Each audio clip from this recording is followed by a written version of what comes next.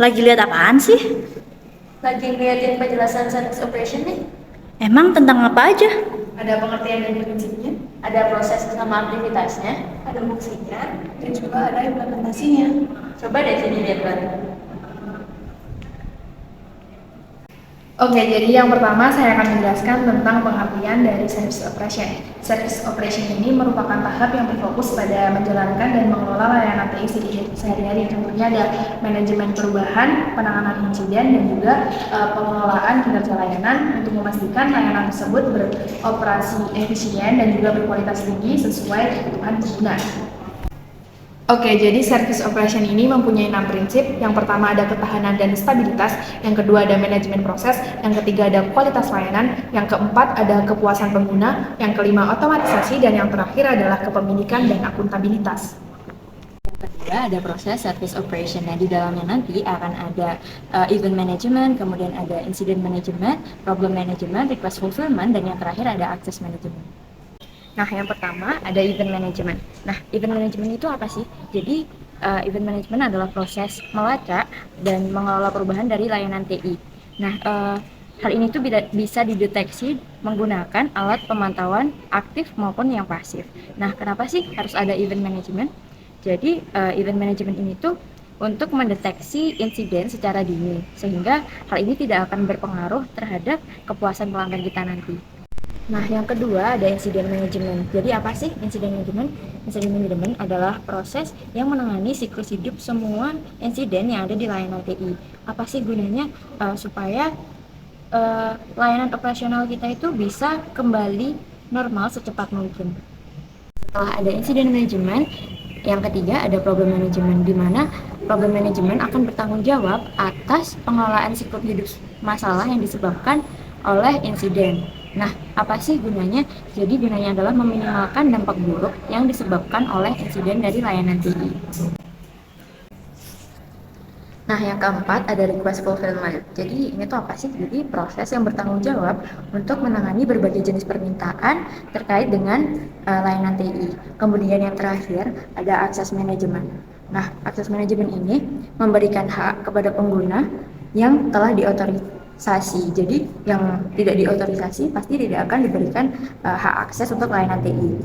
Jadi apa sih gunanya?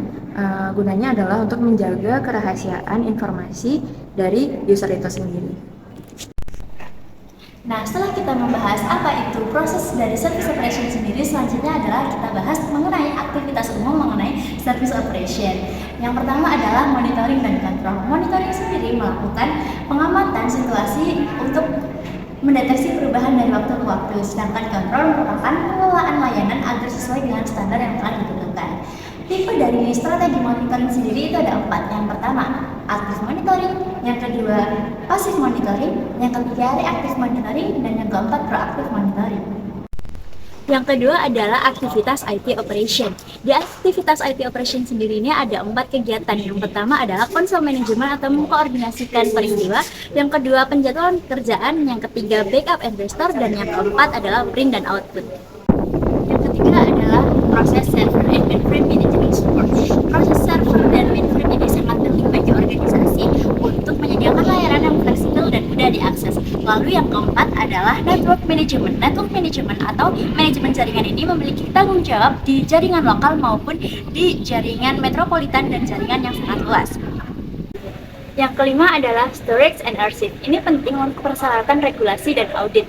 Lalu yang keenam ada database administration atau administrasi database. Yang ketujuh ada directory service management atau management directory. Lalu yang kedelapan ada desktop and mobile support. Yang kesembilan ada middleware management atau serangkaian aktivitas yang digunakan untuk mengelola middleware. Lalu yang selanjutnya 10 ada internet atau web management, yaitu mengelola dan menjaga kinerja situs web. Aktivitas yang berikutnya adalah Facility and Data Center Management, yaitu pengelolaan lingkungan fisik operasi TI, biasanya terletak di pusat data atau di ruang komputer. Lalu yang terakhir adalah Improvement of Operational Activity, yaitu upaya berkelanjutan untuk mencari area di mana proses dapat ditingkatkan guna memberikan kualitas layanan TI yang lebih efisien dan efektif. Service Operation memiliki 4 fungsi: Service Desk, Technical Management, IT Operation Management, dan Application Management. Service Desk Function memiliki peran menangani insiden, mengelola permintaan layanan, dan memberikan jawaban serta dukungan kepada pengguna. Tujuannya untuk mencatat detail di insiden atau permintaan layanan, memberikan investigasi dan diagnosis tingkat pertama, menyelesaikan masalah yang tidak perlu eskalasi, serta pemberian pembaruan kepada pengguna. Struktur organisasi Service Desk dapat diorganisir dengan cara Local Service Desk, Centralized Service Desk, Virtual Service Desk, Follow the Sun, atau Specialized Service Desk Groups, tergantung pada kebutuhan organisasi.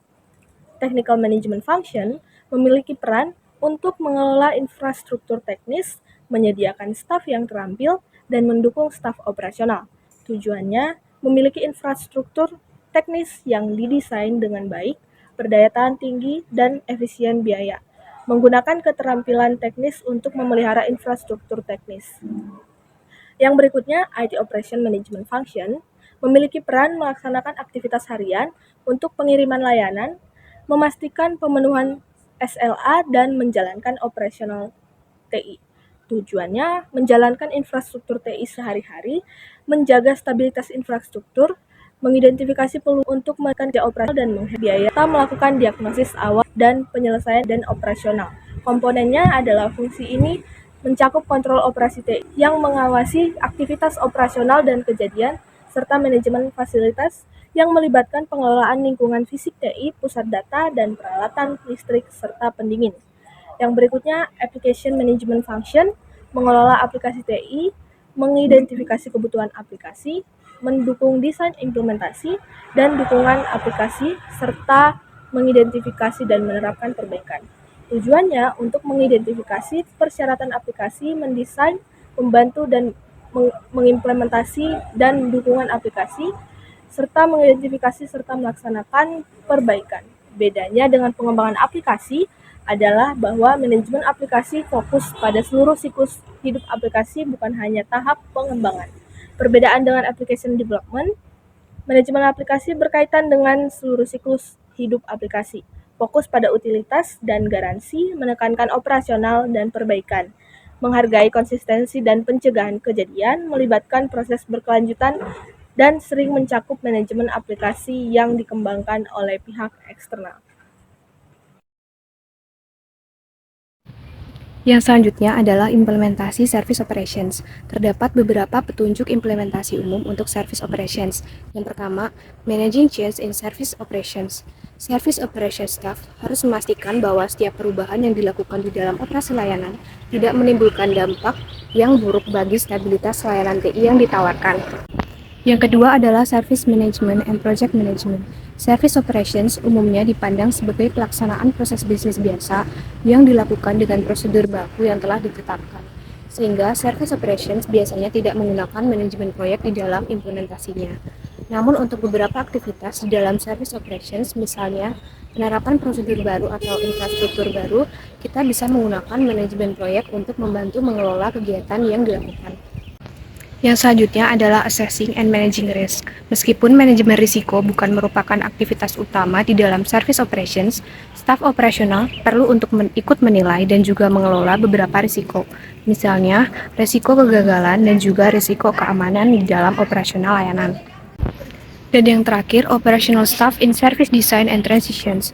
Service Operation Staff harus dilibatkan di dalam proses service design dan juga service transitions untuk memastikan agar ketika layanan baru dioperasikan, layanan tersebut bersifat supportable in the future. Supportable artinya bisa didukung dari sudut pandang teknis dan operasional, tidak berdampak merugikan terhadap pelaksanaan proses dan jadwal operasi lain yang sudah ada, dan juga tidak menimbulkan biaya operasional yang tidak terduga.